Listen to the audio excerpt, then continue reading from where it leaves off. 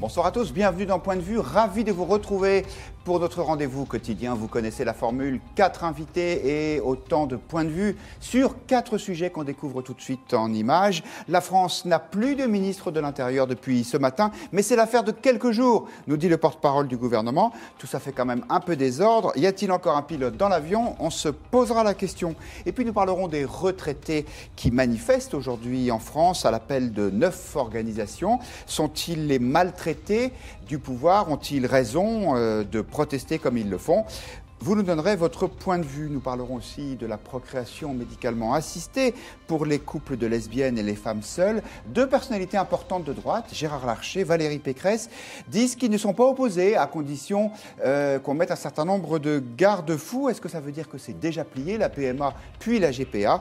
On en parlera. Et puis on parlera aussi de la loi Pacte. C'est le nom du nouveau projet de Bruno Le Maire, le ministre de l'économie, qui prévoit notamment de vendre les participations de l'État dans quelques grandes sociétés comme la Française des Jeux, Engie ou Aéroport de Paris. Est-ce que c'est une bonne idée? Eh bien, on verra ça ensemble avec nos 4 invités. Bonsoir Christophe De Vogue. Bonsoir. Vous êtes historien, vous enseignez à Sciences Po la rhétorique politique et l'histoire des idées politiques. Et votre dernier ouvrage en collaboration s'appelle « Où va la démocratie ?» et ça a été publié chez Plomb. Philippe Meyer est là aussi, bonsoir. Vous êtes journaliste, écrivain, animateur du Nouvel Esprit Public, disponible en podcast chaque dimanche. Et en pleine campagne de financement participatif sur KissKissBankBank, je passerai mon chapeau à la sortie. Et en pleine campagne de financement participatif, je vous préviens, ici on prend 5% parce qu'on n'est pas chez Mère Teresa, mais enfin on est quand même ravis de vous accueillir. Votre dernier livre, Les gens de mon pays, a été publié chez Robert Laffont. Matteo Gisalberti est là aussi, bonsoir. Bonsoir. On est ravis de vous accueillir dans Point de Vue. Vous êtes journaliste, rédacteur en chef du site Putsch, qui est un site internet surtout dédié à l'actualité culturelle. Oui, et aussi pour animer les débats. Et aussi pour animer les débats. Et bien ça tombe bien, parce qu'on va en avoir ce soir. Et Guillaume Tabar est là. Merci de nous avoir rejoints, Bonjour. cher Guillaume. Vous êtes l'éditorialiste politique du Figaro. On retrouve votre contrepoint tous les jours de la semaine. Et vous officiez aussi sur Radio Classique, dans la matinale de Guillaume Durand, entre autres activités. On parle tout de suite de l'actualité politique. Ce matin a eu donc lieu la non-passation de pouvoir entre Gérard Collomb, ministre de l'Intérieur démissionnaire, et le Premier ministre, Édouard Philippe, qui va assurer l'intérim. Le ministre de l'Intérieur était tellement pressé de partir qu'on n'a pas eu le temps de lui trouver un remplaçant, mais ça n'est l'affaire que de quelques jours, explique Benjamin Griveaux, le porte-parole du gouvernement. Guillaume Tabar, je lisais votre contrepoint ce matin et vous dites la chose suivante. Emmanuel Macron peut-il se remettre de l'humiliation que lui inflige le premier des macronistes? Le voilà relégué au rang de spectateur hébété des caprices ou des calculs personnels de ceux qu'il a nommés. Comme on connaît votre modération, on se dit que si vous écrivez ça, c'est que c'est vraiment sérieux. Écoutez, j'ai essayé de faire juste un constat. Le constat, c'est que dans cette affaire de démission de Gérard Collomb, comme dans celle de Nicolas Hulot il y a un mois, le président n'a pas été maître ni du calendrier, ni des événements. Il ne voulait pas que son ministre de l'écologie parte, il est parti. Il ne voulait pas que son ministre de l'Intérieur parte, ou en tout cas pas dans ces conditions. Il est parti, et dans les 2 cas, Emmanuel Macron n'a rien pu faire, ni pour les retenir, ni pour les dissuader, ni même pour gérer l'événement. Et ça qui est terrible pour un pouvoir politique, un président de la République qui incarne directement la maîtrise de la conduite des affaires de l'État, quand il n'est maître de rien, eh ben, c'est terrible. Et là, c'est encore plus terrible parce que, on le sait bien et tout le monde l'a répété depuis ces derniers jours, Gérard Collomb, c'était le premier qui avait cru en Macron, c'était le premier des macronistes, peut-être même macroniste avant l'heure, quand on voit comment il gérait la ville de Lyon. Et que, oui, quand c'est Jean-Luc Mélenchon, Laurent Wauquiez ou Marine Le Pen qui tapent sur Macron, j'allais dire, c'est pas grave, en tout cas, c'est le jeu politique. Quand c'est celui qui a cru en vous, qui vous dit bye bye, je m'en vais parce que j'ai mieux à faire que de rester dans ce gouvernement, là, c'est plus difficile de s'en remettre. Christophe De Vogue, il y a le feu à la maison? Écoutez, je crois qu'il serait quand même difficile de dire le contraire. En tout cas, il y a un début d'incendie. Tout le problème est de savoir si c'est vraiment le commencement de la fin ou la fin du commencement, comme disait l'autre. Je crois que dans cette affaire, évidemment, ce qui est peut-être plus grave encore, c'est ce qu'a dit Collomb dans sa passation de pouvoir. Fausse passation de pouvoir, c'est-à-dire qu'il a fait un constat sur l'état de la société française qui n'était pas spécialement flatteur non plus. Bilan sur l'insécurité, par exemple. C'est assez curieux pour un ministre de l'Intérieur sortant qui, en général, dit « j'étais génial ». Non, je crois que... Alors, je ne voudrais pas qu'on passe, si vous voulez, comme on a un peu tendance à le faire, on est passé du Macron loving pendant des mois au Macron bashing sur un peu tous les plateaux. Et je me souviens très bien que moi, je disais à l'époque du Macron loving wait and see, et on me disait comment, il est génial. Et puis maintenant, j'ai un peu presque envie, par esprit de contradiction, de dire que le roi n'est pas encore tout à fait nu. Il est juste torse nu, si vous voyez à quoi je fais allusion. Et qu'il a encore, mais il faut qu'il fasse très vite, et qu'il trouve surtout le moyen approprié. Il a peut-être encore des moyens de rebondir, grâce à la force des institutions. N'oublions jamais qu'il y a quand même la 5e derrière. Mais il faut à ce moment-là ce qu'on appelle une antilogie en rhétorique, qu'il renverse, qu'il fasse de nécessité-vertu, et qu'il renverse la vapeur très vite, à mon avis, en s'adressant directement aux Français et en arrêtant de passer via les réseaux sociaux, monsieur machin, madame machin, et qu'il s'adresse les yeux dans les yeux aux Français. Alors pour l'instant, il passe par monsieur Machin, enfin pas tout à fait monsieur Machin, parce que c'est Benjamin Griveaux, c'est quand même le porte-parole du gouvernement, qui, à la sortie du Conseil des ministres, nous a expliqué quel était l'état d'esprit du président de la République, et ça n'est pas forcément une surprise, tout va bien. Regardez. Il a enfin souligné que rien de ce qui se passe depuis 48 heures ne s'apparente à une crise politique. L'État fonctionne, les transformations sont engagées, le gouvernement est parfaitement à sa tâche. Ce que nous traversons, il y a des sujets strictement personnels et il a appelé chaque membre du gouvernement à savoir s'élever au-dessus des intérêts particuliers. Benjamin Griveaux qui a dû être décoré pour l'occasion. Donc il n'y a pas de crise politique, en tout cas c'est ce qu'il nous dit. Tout ce qui se passe ne s'apparente pas à une crise de cet ordre. Ce n'est pas l'avis de Gérard Larcher, le président du Sénat, président Les Républicains du Sénat. Il s'en expliquait ce matin sur France Info. Il y a une crise politique au sens moral, c'est-à-dire qu'il y a un vrai doute sur l'autorité du chef de l'État et du Premier ministre. C'est sans doute un doute sur la manière de gouverner, cette manière un peu verticale. Êtes-vous aussi habité par ce doute, Philippe Meyer ? Non, je vous avais dit tout à l'heure, c'était une non-passation de pouvoir, et je me demande si, pas pour le plaisir de faire un jeu de mots, mais s'il ne faudrait pas dire que c'est une passation de non-pouvoir. Parce qu'il me semble que derrière la démission de Gérard Collomb, il y a quelque chose qui est extrêmement intéressant, qui est un échec, en tout cas pour le moment, du macronisme et de ce qu'il avait annoncé. Vous vous souvenez quand il avait annoncé qu'on allait reprendre la pratique américaine des dépouilles et que le président de la République, si c'était lui, ferait en sorte que tous les directeurs d'administration centrale seraient d'accord avec la ligne politique, ce qui en soi n'est pas scandaleux. Oui, mais ce n'est pas scandaleux. C'est une pratique que nous n'avons pas beaucoup, mais qui, en tout cas, une fois qu'elle est annoncée avant l'élection et que celui qui l'annonce est élu, c'est une pratique qui peut paraître normale. Ça ne s'est pas passé du tout. Et on l'a vu dans un cas notamment, c'est l'histoire du prélèvement à la source, où le directeur général, je ne sais plus de quoi il est directeur général, mais il est directeur général des finances publiques, probablement. C'est lui qui prend votre argent. Oui, merci beaucoup. C'est pour ça que j'oublie son nom facilement. Mais il voulait le prélèvement à la source, et il a eu le prélèvement à la source. Et dans l'affaire Benalla, on a vu dans beaucoup d'audiences des commissions, des deux commissions, celle de l'Assemblée et celle du Sénat, on a vu que, par exemple, le préfet de police et le ministre de l'Intérieur étaient sur des lignes qui étaient passablement divergentes, pour ne pas dire quelquefois contradictoires. Et il me semble qu'il y a quelque chose qui se passe, à quoi Emmanuel Macron n'est pas parvenu, et pour le moment ne parvient pas à s'attaquer, c'est la résistance de la technostructure aux élus. Et franchement, il me semble que derrière la démission de Gérard Collomb, il faut voir plus qu'un problème de caractère ou même un problème de désaccord sur la façon de gouverner avec le président de la République. Et je pense qu'il y a quelque chose de ce genre qui expliquerait d'ailleurs ce que vous avez relevé, c'est-à-dire le fait qu'il a fait un discours pour dire « eh ben, ça ne marche pas ». La situation est grave. Cette technostructure, il en est le meilleur représentant lui-même, il ne faut pas l'oublier non plus. Il est inspecteur des finances, Emmanuel Macron. Matteo Ghisalberti. D'accord, c'est justement probablement pour ça, sachant ce que c'est, qu'il voulait la mettre à genoux. Il n'y a pas mieux que... c'est dans les familles qu'on retrouve le plus d'assassins. Je trouve qu'il y a... Personnellement, ça me pose des questions et, à mon avis, toute cette situation met à nu les faiblesses de la Ve République, dans le sens que c'est vrai que la Ve République est forte parce qu'on a une verticalité et que ce n'est pas une verticalité de la saison Macron plutôt que la saison Hollande, Sarkozy, etc. On centralise pendant 5 ans toutes les décisions. Et après, par contre, le monde, entre-temps, change. Et surtout maintenant, où tout se passe aussi sur les réseaux sociaux, on l'a eu aussi dans ces derniers jours, on a le besoin d'entendre les citoyens d'une façon différente.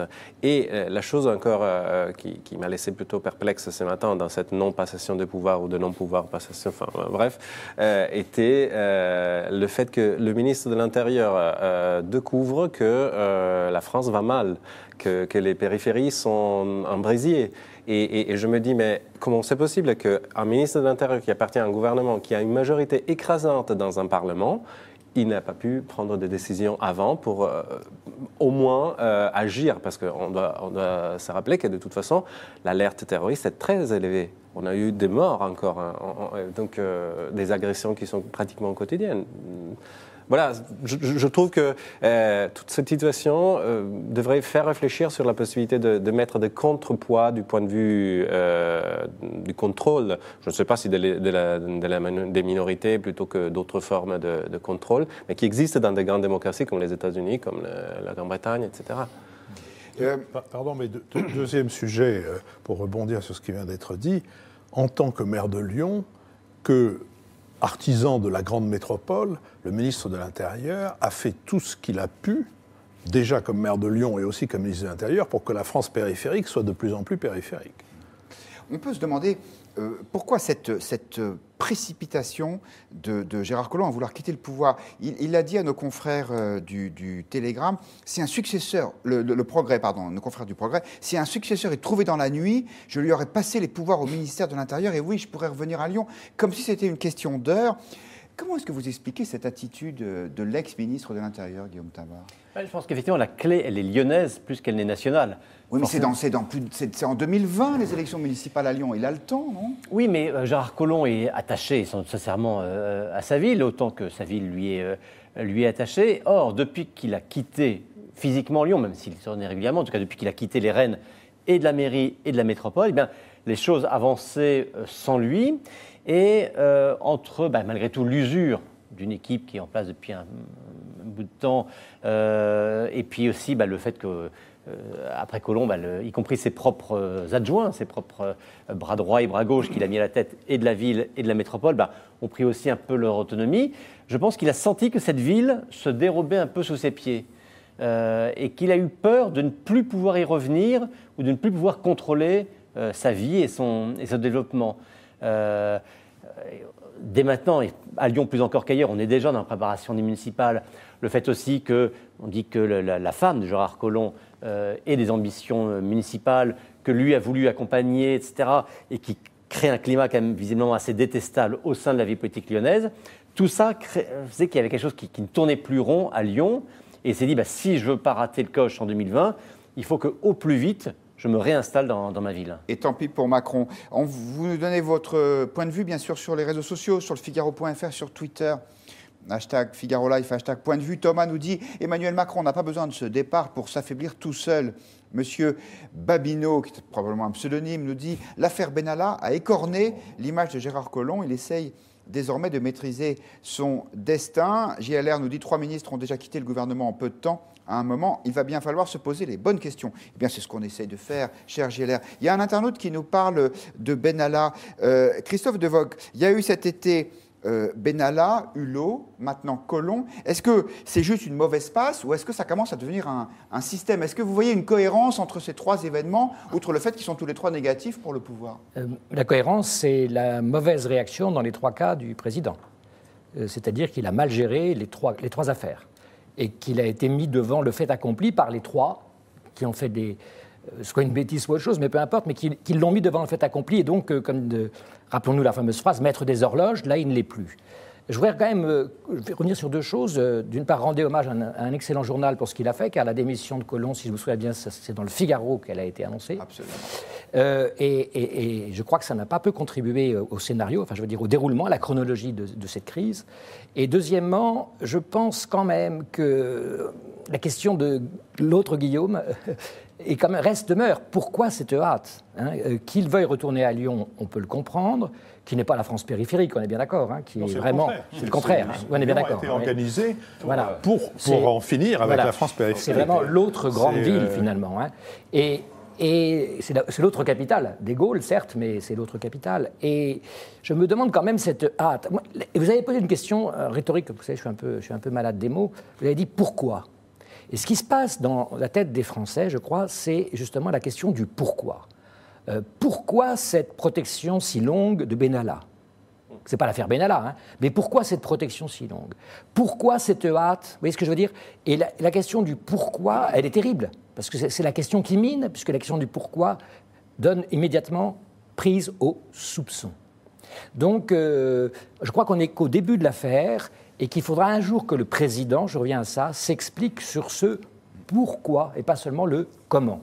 Il y a beaucoup de pourquoi, parce qu'il y a aussi le pourquoi de notre nouveau président de l'Assemblée nationale, pourquoi s'accrocher à ce point à quelqu'un qui a une méchante affaire, pourquoi l'affaire de Françoise Nyssen, pourquoi la nomination de Philippe Besson comme consul général, tout en expliquant que ça n'a rien à voir avec le fait que Philippe Besson a écrit une hagiographie du président. Tout ça est extrêmement déroutant. Et vous êtes d'accord, vous déroulez les pourquoi, et je crois que l'opinion commence à dérouler les pourquoi. Je n'y comprends rien. Un dernier mot là-dessus, Matteo Ghisalberti. Justement, j'ajouterais pourquoi le Premier ministre aussi n'a pas exclu qu'il pourrait se porter candidat pour les municipales de sa ville. Enfin, quelle est cette envie de quitter le gouvernement et est-ce qu'il y a une crainte pour les européennes, par exemple? Parce que, bon, les résultats, on a vu circuler les premiers sondages, ils ne sont pas si négatifs pour La République En Marche, mais quand même, ils ne sont pas réjouissants. Voilà, est-ce que quelqu'un pense déjà à l'après? Comment dire, bon, les européennes, finalement, c'est les européennes. Un petit mot là-dessus ou pas? Non, parce qu'il faut qu'on ait du temps pour traiter les autres sujets. Pardon, cher Guillaume, de vous censurer. Ça sera vraiment le parce que Philippe Bert, je ne peux pas refuser la parole à Guillaume Tabar et vous la donner. Donc, je vais continuer. Et là, je vais faire comme à la radio, c'est-à-dire que je vais parler par-dessus vous jusqu'à ce que vous vous arrêtiez, parce que j'ai appris ça en écoutant les bonnes émissions. Et donc, je me dis que vous allez finir par me laisser le dernier mot. Et donc, non, parce que c'est très bien essayé. Non, parce que nous sommes déjà à 17 minutes d'émission. Les funérailles nationales accordées à Charles Aznavour doivent probablement servir à masquer les pourquoi que nous venons. Voilà, et ce sera vraiment le mot de la fin. C'est vous qui avez gagné. Le mot de la fin, non. Le mot de la fin, il est pour les internautes du Figaro, puisque c'est la question du jour sur le Figaro.fr. Le départ de Gérard Collomb affaiblit-il la présidence d'Emmanuel Macron?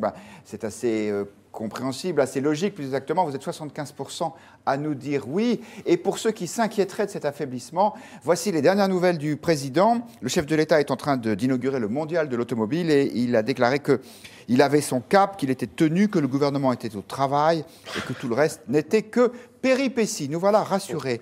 Autre sujet. Qui sont les 25% qui pensent que Emmanuel Macron n'est pas affaibli par ce départ? Voilà, les 25% sur plus de 23 000 votants. Est-ce qu'on pourrait surtout toucher non, cette fois-ci, Philippe Meyer, cette fois-ci, Philippe Meyer, je vous coupe la parole et c'est définitif, sinon c'est le micro qu'on vous coupe. Car nous allons parler des retraités. 9 organisations de retraités appelaient leurs adhérents à descendre dans la rue.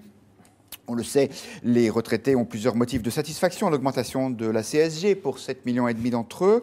Et puis, la désindexation de leur pension qui a été annoncée, alors même que l'inflation est de retour. On les entend protester. Et face à ça, il y a un gouvernement qui est droit dans ses bottes et qui dit mais ils sont plutôt privilégiés, donc il est normal qu'ils participent à l'effort. Est-ce que c'est encore audible, ce genre de discours, Guillaume Tabar? C'est pas faux. Statistiquement, on va dire que globalement, en termes de patrimoine, par exemple, les retraités sont plutôt, et c'est logique, plus favorablement, dans une situation plus favorable que les actifs. Oui, après, je pense que le grand problème, et c'est une des erreurs que commettent toujours les politiques, c'est de regarder les choses de manière statique, c'est-à-dire de regarder le patrimoine des retraités, leur niveau de vie, de le comparer à d'autres et dire bah, donc ils sont privilégiés par rapport à d'autres, donc il faut rééquilibrer ça.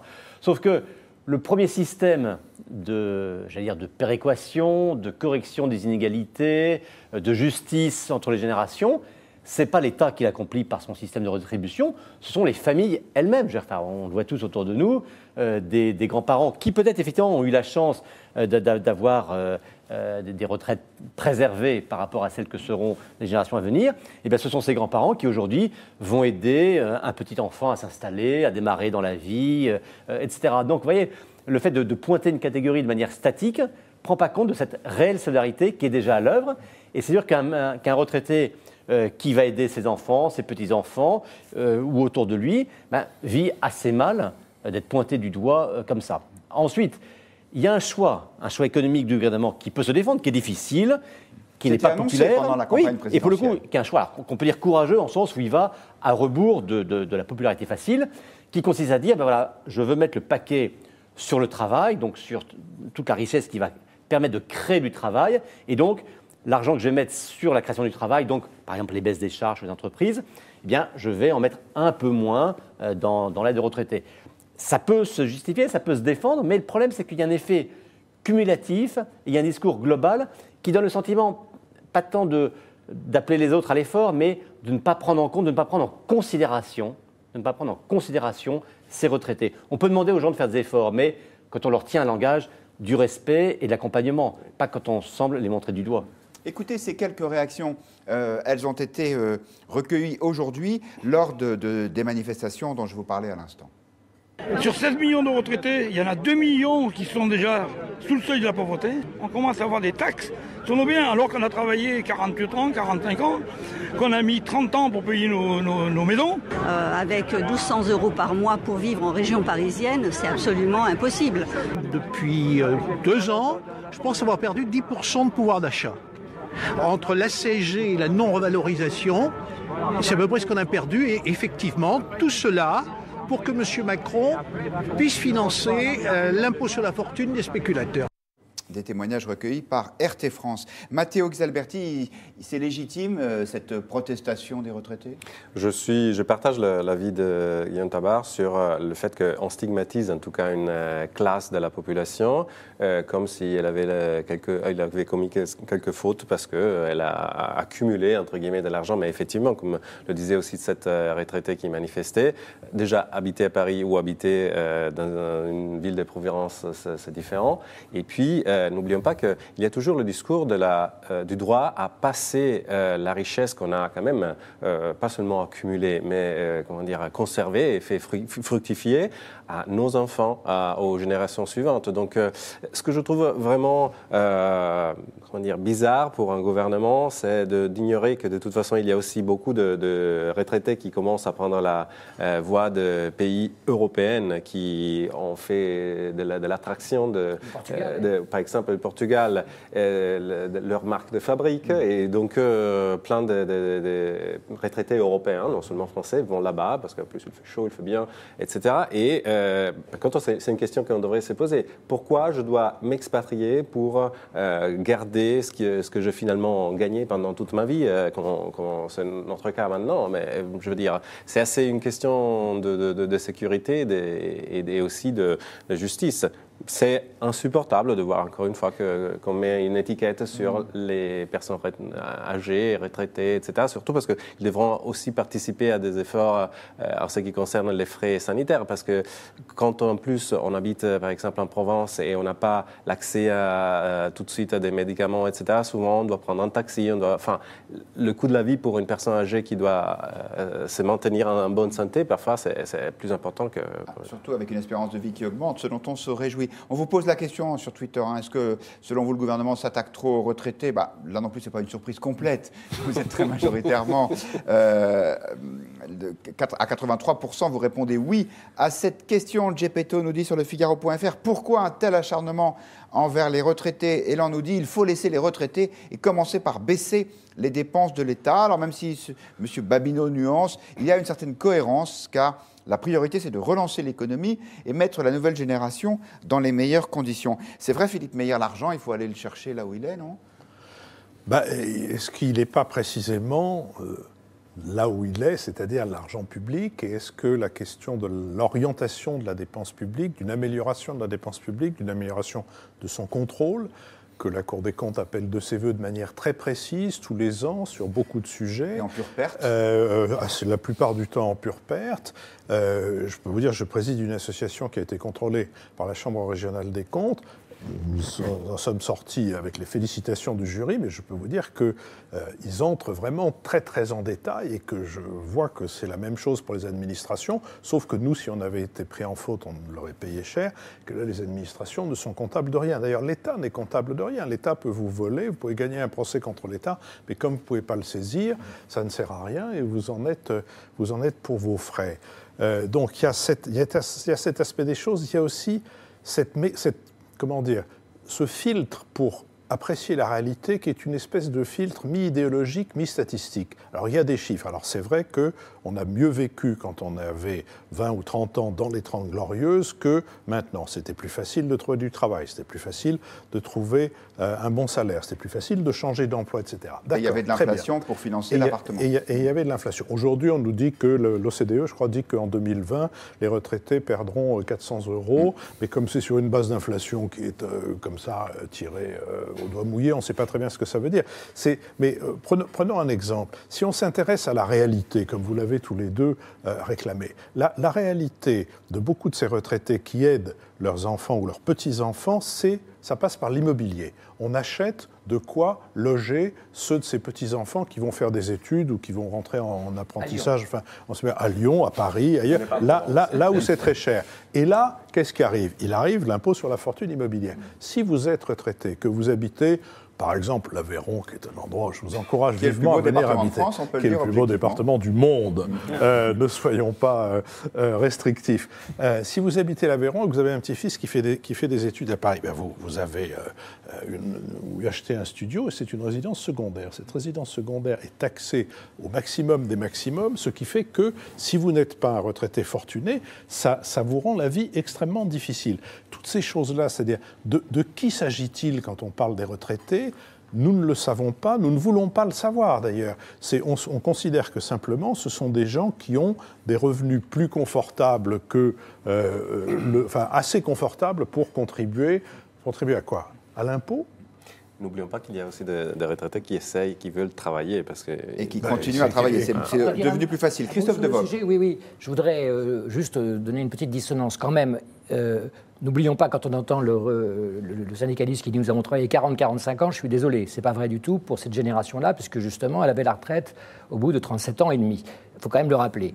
Deuxièmement, vous savez, connaissez la France, on crie avant d'avoir mal, on crie encore plus fort quand on a mal, mais on crie encore plus fort quand tout va bien. De peur de perdre, c'est déjà écrit par Rousseau d'ailleurs, de peur de perdre le peu ou le beaucoup qu'on a.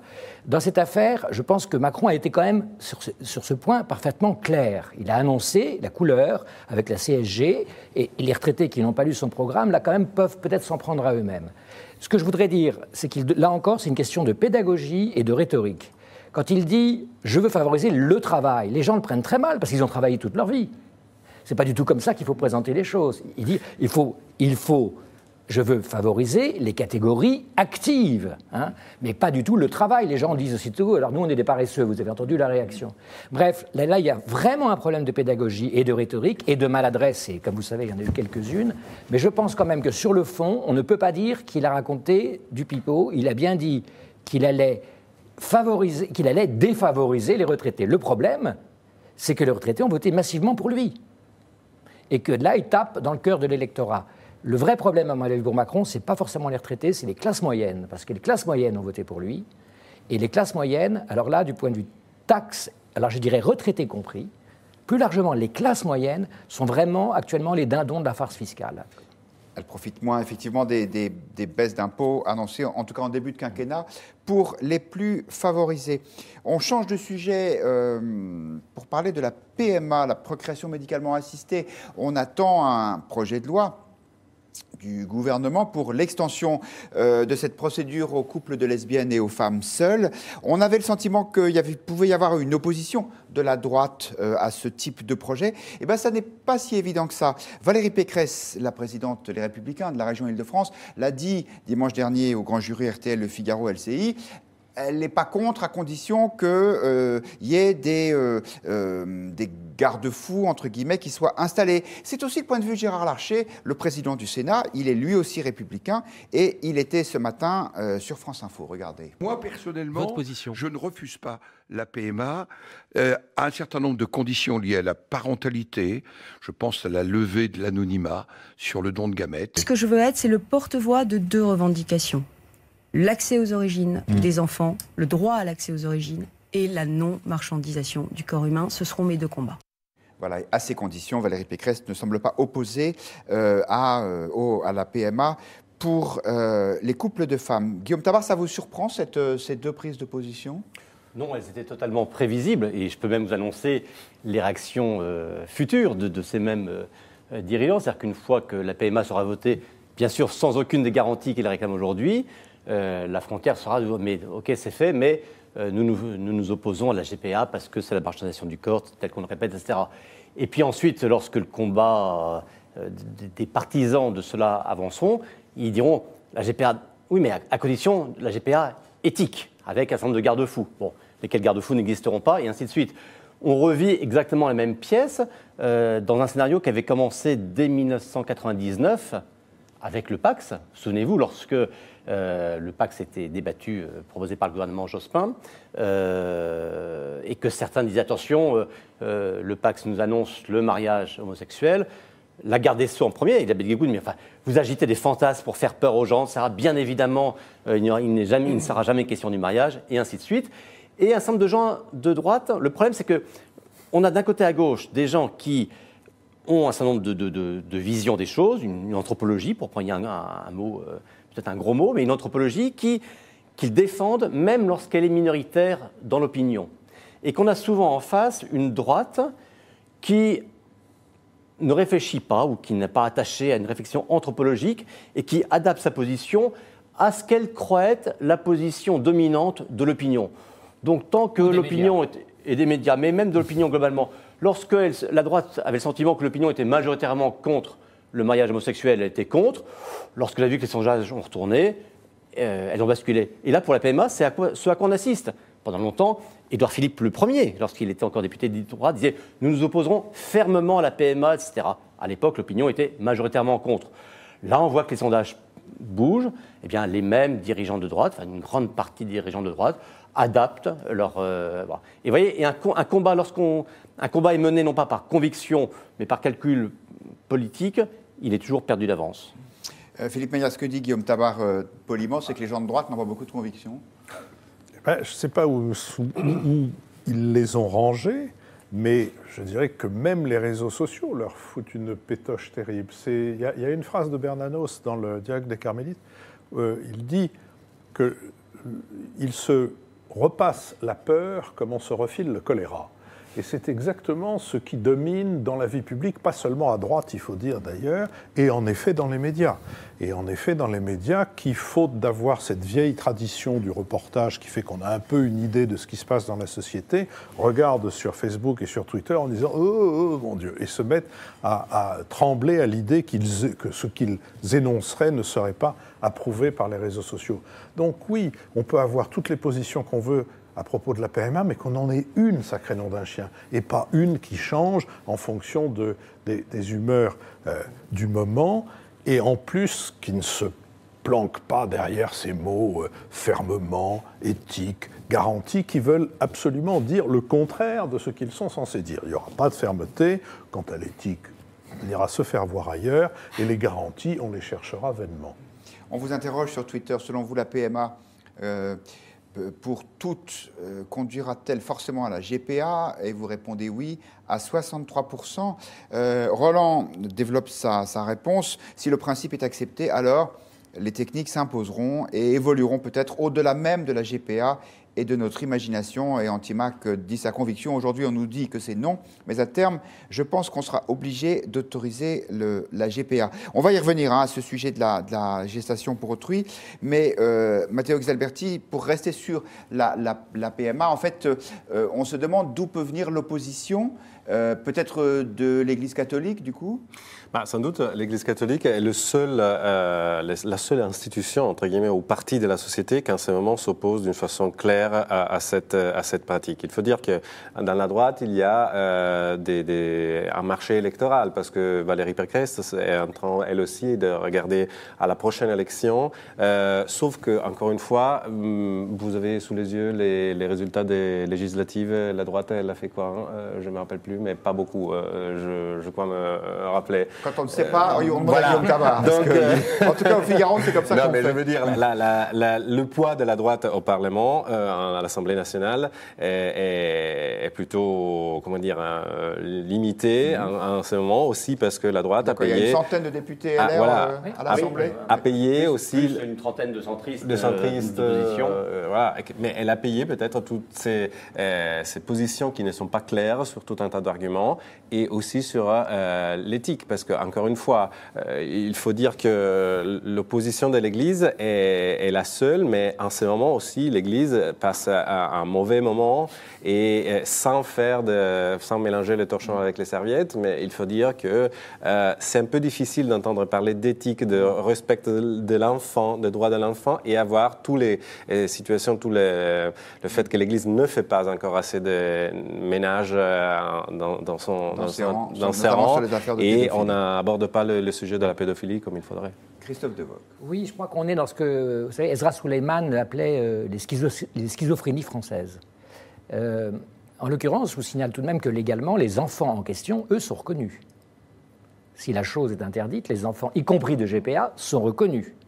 Je vous signale aussi que le Conseil d'État, on l'oublie, vient de donner un avis négatif à l'extension de la PMA aux lesbiennes. Donc attention, légalement, ce n'est pas encore complètement acquis. Mais évidemment, le principe d'égalité, c'est-à-dire que les garçons vont dire, il n'y a pas de raison que les filles aient le droit d'avoir des enfants et pas nous. Et donc il y aura le principe d'égalité. Et à mon avis, la Cour européenne des droits de l'homme, un jour, va se prononcer, et elle va se prononcer, s'il y a la PMA, pour la GPA, à terme. Mais les combats ne sont pas terminés, et regardez, le Conseil d'État vient de prendre une décision extrêmement Conseil d'État, si j'ose dire, c'est-à-dire l'intérêt général. Au nom de l'intérêt général, personne ne comprend très bien ce que ça veut dire en l'occurrence. Et vous allez voir que ça va déclencher une polémique. Guillaume Tabar. Il y a un petit détail sémantique aussi, parce que les idées, les combats, ils avancent aussi par les mots. Alors, sans reprendre des débats plus anciens encore, vous voyez aujourd'hui, par exemple, que le mot avortement n'est plus utilisé. On n'emploie que l'abréviation en France, que l'abréviation IVG, qui est neutre et qui a moins l'effet choc pour nier la réalité de ce qu'elle représente. Ce n'est pas le cas en Italie. Matteo, avec votre accent, on se doute bien que vous connaissez bien ce pays. On utilise le mot aborto, qui est avortement. Il n'y a pas d'euphémisme ou de... Et sur la GPA, vous-même, cher Guillaume, absolument. Vous venez de nous parler de la gestion pour autrui. Et dans cette appellation, le pour autrui, il y a une dimension d'altruisme, de don, de générosité. Si vous parlez par contre de gestation par autrui, car en fait, c'est ça. La gestation par autrui, c'est faire porter un enfant par quelqu'un d'autre que celui qui en aura la responsabilité parentale après. On voit bien que c'est différent et que le fait qu'on impose le mot pour autrui veut installer cette pratique dans une vision qui se veut généreuse. Et lorsque la bataille des mots est gagnée d'un côté ou perdue de l'autre, ça oriente aussi la suite du débat. De la même façon, selon qu'on dit PMA pour toutes ou PMA sans père, évidemment, on n'a pas tout à fait la même vision des choses. Vous parliez de la GPA, Guillaume Tabar. Notre confrère Marc-Olivier Fogiel, qui a eu 2 filles par GPA avec son mari, vient d'écrire un livre sur le sujet. Écoutez-le expliquer les échanges qu'il a eus avec la mère porteuse de ses enfants. Un matin, elle nous a envoyé un SMS et elle nous a écrit « We are pregnant ». On est enceinte. Et voilà. Si vous me demandez ce que je suis d'abord papa. Je crois que depuis qu'elles sont nées, je pleure tous les jours. Je pleurais pas beaucoup avant. On met là le débat délibérément sur le registre de l'émotion, Philippe Meyer, et on se dit, forcément, c'est pas facile de vouloir contrarier ce genre de sentiment. Écoutez, c'est embêtant parce que c'est son expérience personnelle. En même temps, on voit bien que c'est l'utilisation d'une notoriété pour éviter un débat. Je veux dire, tout à l'heure, on a assisté à juste au moment où la loi va arriver. Juste au moment où la loi va arriver, évidemment. C'est pas parce que ça fait quand même pas mal de temps que cette situation que Fogiel est père. Tout à l'heure, on a assisté à un débat, un concours entre Mme Pécresse et M. Larcher pour dire réac, moi pas du tout. Alors ça vraiment, pas ça, je suis un peu de droite, mais je suis vraiment pas réac. Et là maintenant, alors évidemment cette émotion est probablement réelle, il n'y a aucune raison de la mettre en doute, mais qu'est-ce qu'elle vient faire là ? Chacun d'entre nous pourrait sur un autre sujet ou sur ce sujet-là présenter quelque chose qui ait la même charge émotive, simplement tout le monde n'a pas une notoriété qui permet de se servir de ça. J'aime pas ça. Je déteste ça, pour tout dire. Mais évidemment, ça, que Marc-Olivier Fogiel vive sa vie et qu'il soit heureux et que ses filles le deviennent à leur tour. Mais je pourrais préférer que ça n'arrive pas. Matteo Xalberti, vous disiez en Italie, GPA, ça se dit pas de cette façon-là ? On utilise l'expression utero in affitto, ça veut dire utérus en location. Et c'est beaucoup plus... Comment dire, ça fait tout de suite... C'est moins glorieux. Exactement. Mais vive la rhétorique. Voilà, c'est quelque chose que, encore une fois, peut-être, vous parliez de la Cour européenne des droits de l'homme.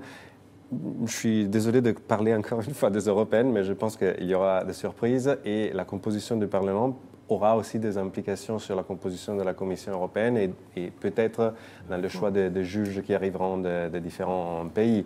Et donc, je ne sais pas, peut-être l'opposition, vous me demandez tout à l'heure, l'opposition arrivera aussi de l'étranger. Je ne sais pas. Peut-être. Cavano européen. On va se pencher sur le dernier sujet. Il nous reste quelques minutes pour cela. Je le disais au début de l'émission, Bruno Le Maire, le ministre de l'économie, est en train de faire examiner sa loi Pacte au Parlement. Cette loi prévoit notamment des cessions de participation de l'État, par exemple dans Aéroports de Paris, dans la Française des Jeux ou dans le groupe énergétique Engie. Est-ce que c'est une bonne idée ? On a posé la question de façon un peu directe. Christophe Devogue, faut-il vendre les bijoux de famille ? Alors écoutez, cette expression laudative, pour le coup, les bijoux de famille, à propos des entreprises publiques, me fait toujours un peu sourire parce qu'il y a quand même... C'est en italien. Voilà. Parce qu'on a pas mal de bijoux en toc, en l'occurrence. Il y a quand même pas mal d'entreprises publiques, allez, je ne vais pas être méchant, mais je pense à certaines qui seront très bien difficiles à vendre, même à en mettre en location au mont-de-piété. Donc, attention à cette expression bijoux de famille, on a vraiment... Cela dit, ce n'est pas le cas. Aéroport de Paris, c'est rentable. La Française des Jeux, c'est rentable. À d'autres sociétés qui vont très mal, d'accord ? L'État étant pas vraiment le meilleur gestionnaire, ni le meilleur actionnaire, je dirais même, ni le meilleur actionnaire. Vous savez qu'il a tendance à pomper ses entreprises et il se comporte bien plus férocement qu'un fonds de pension. D'autre part, je suis persuadé, vous savez, je peux dire ce gros mot sur ce plateau, je ne peux pas le dire partout, mais étant un libéral, vous imaginez que j'ai tendance à penser que le gouvernement a autre chose à faire. Et s'il y a des bijoux de famille en France, et Dieu sait qu'il y en a, c'est plutôt le patrimoine, et je crois qu'il faudrait peut-être que le gouvernement et l'État assurent, et pas seulement par les magnifiques efforts de Stéphane Bern, mais par lui-même, l'entretien de nos vrais bijoux de famille. Alors, on va écouter un parlementaire qui va tout à fait dans votre sens, c'est Charles de Courson. C'est un député centriste, c'est aussi vice-président de la Commission des finances de l'Assemblée nationale. Et pour lui, c'est une très bonne idée de privatiser les entreprises publiques pour une raison très simple, c'est que l'État ne sait pas les gérer. Regardez. Le capitalisme d'État a été globalement un échec en France. Échec dans le choix des dirigeants. Vous croyez que la patronne d'Areva, si ça avait été une boîte privée, aurait pu faire ce qu'elle a fait, qui va coûter 15 milliards aux contribuables français? Si ça avait été une boîte privée, elle aurait été virée vite fait, bien fait par son conseil d'administration. Message personnel à l'intention d'Anne Lauvergeon. On vous pose la question sur Twitter. Selon vous, l'État doit-il privatiser Engie, ADP et la FDJ? Vous répondez non à quasiment les 2 tiers. Et vous, Guillaume Tabar, que répondez-vous? Écoutez, je réponds que je n'ai pas compétence dans tous les sujets. Je ne suis pas économiste, sincèrement, je n'ai pas d'avis qui fasse autorité. Bon. Vous n'avez pas de position de principe, en tout cas. Non, je n'ai pas de position de principe. Spontanément, je me dis qu'il n'y a pas de raison que l'État fasse ce que d'autres peuvent faire à sa place et peuvent faire mieux. Je suis assez sensible à ce que dit Charles de Courson. Par exemple, je pense que construire des voitures, pas besoin que l'État le fasse. Et d'ailleurs, l'État a fini par se désengager des constructeurs automobiles dans lesquels il était... Et qui se portent très bien. Et qui s'en portent d'autant mieux. Voilà. Bon. Alors après, dans les entreprises qu'ils ont citées, là, notamment ADP, etc., et la question c'est, est-ce que derrière cette entreprise, il y a autre chose simplement qu'une entreprise qui doit tourner, faire des profits pour le bienfait de l'ensemble de l'économie. Bon, beaucoup de gens disent, attention, les aéroports, c'est aussi une frontière. Donc, est-ce qu'on peut privatiser une frontière ? Engie, c'est aussi des choix qui touchent stratégiques avec le nucléaire, etc. Est-ce qu'on peut... Bon, voilà. Alors, après, je pense que c'est à l'État aussi de définir dans des cahiers des charges un certain nombre de principes, de règles, de garde-fous. Bon. Et aussi, dernier point, lorsque la logique, c'est uniquement l'État qui cherche à tout prix de l'argent, si c'est juste pour grappiller un peu d'euros et diminuer les déficits, c'est insuffisant. Si c'est au service d'une vraie vision, d'une vraie stratégie sur l'économie, tout peut se défendre. Alors, ADP ou Aéroport de Paris ou la Française des Jeux, ce sont aussi des monopoles. Et ceux qui sont hostiles aux privatisations donnent, par exemple, l'exemple des autoroutes. N'importe qui ne peut pas créer une autoroute en disant, regardez, on les a privatisées, le résultat des courses, c'est que ça coûte un bras aux Français quand ils veulent les prendre. Matteo Xalberti, vous avez un point de vue sur ce sujet ? Si je pense aux autoroutes, malheureusement, je pense à Gênes cet été, autoroute privatisée. En Italie aussi, on a eu pas mal de privatisations à partir des années 90. C'était très grande. Je pense que pour privatiser, il faut penser d'abord à la possibilité de faire des économies comme le Conseil d'État, la Cour des comptes, le suggérait, mais aussi au fait qu'il faut être sûr que d'ici 20 ans, ces infrastructures et ces joyaux de famille, bijoux de famille ne soient pas effectivement nécessaires à réaffirmer une sorte d'autorité aussi sur un certain territoire qui est le territoire d'un État. Donc peut-être une voie possible serait celle de créer une espèce de fonds, peut-être entre certains pays, peut-être au niveau européen, etc., aussi pour se protéger un peu plus vis-à-vis des concurrents chinois et américains. Je n'ai pas les compétences pour dire quelle est la forme juridique de ce type d'institution, mais disons que si les États effectivement pouvaient se libérer de quelque chose qui est lourd, mais qui restait quelque part au service de leur système infrastructural, ça serait pas mal. Philippe Meyer, vous avez un point de vue sur ce sujet ? Moi, je suis pour les privatisations à condition qu'il y ait une garantie ferme et éthique. Autant dire que ça soit comme pour les autoroutes, par exemple, si vous voulez. Et aussi comme pour les partenariats publics-privés, dont on s'aperçoit que dans ces situations, dans ces partenariats, le public, c'est Georges Dandin.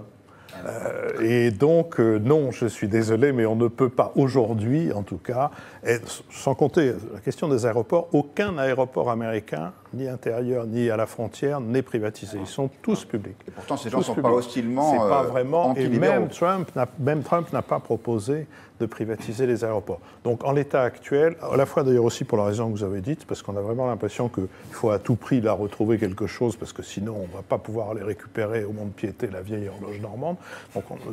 Donc, non, c'est pas possible. Tant qu'on a affaire à... Alors, certes, évidemment, l'État n'est sans doute pas, et l'exemple d'Areva extrêmement cuisant, et du Crédit Lyonnais avant, et après d'ailleurs, et non seulement le Crédit Lyonnais, etc.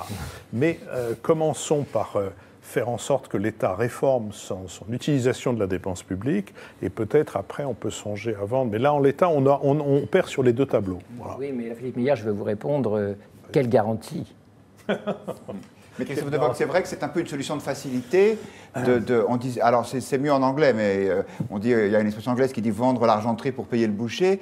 C'est pas forcément comme ça qu'on gère bien un pays. Non, mais ça, c'est toujours les questions de l'étatisme français qui se portent aussi bien à droite qu'à gauche. Mais je rappelle quand même sur l'autoroute, des autoroutes, juste une précision. Je n'ai pas le souvenir qu'à l'époque où elles étaient publiques, elles étaient si bon marché. Et je constate, et tout le monde le constate, c'est que la qualité du service, depuis qu'elles sont privatisées, s'est énormément améliorée, notamment les aires autoroutières. Et ça, il faut donc faire un peu la part des choses. Deuxièmement, en matière de sécurité du transport, alors là, les statistiques sont impitoyables. Les chemins de fer qui ont le meilleur taux de sécurité en Europe sont les chemins de fer privés. C'est le chemin de fer britannique et le chemin de fer suisse. Donc, et la SNCF, malheureusement, Hein, vous parlez de Gênes, vous avez raison, mais les accidents de la SNCF, Brétigny, c'est une horreur. C'est une horreur, et bien là, sûr. la grande différence entre le privé et le public, c'est qu'il n'y a, dans le public, vous l'avez rappelé, là, Philippe Meyer, il n'y a jamais de responsable. Jamais. Peut-être ça serait...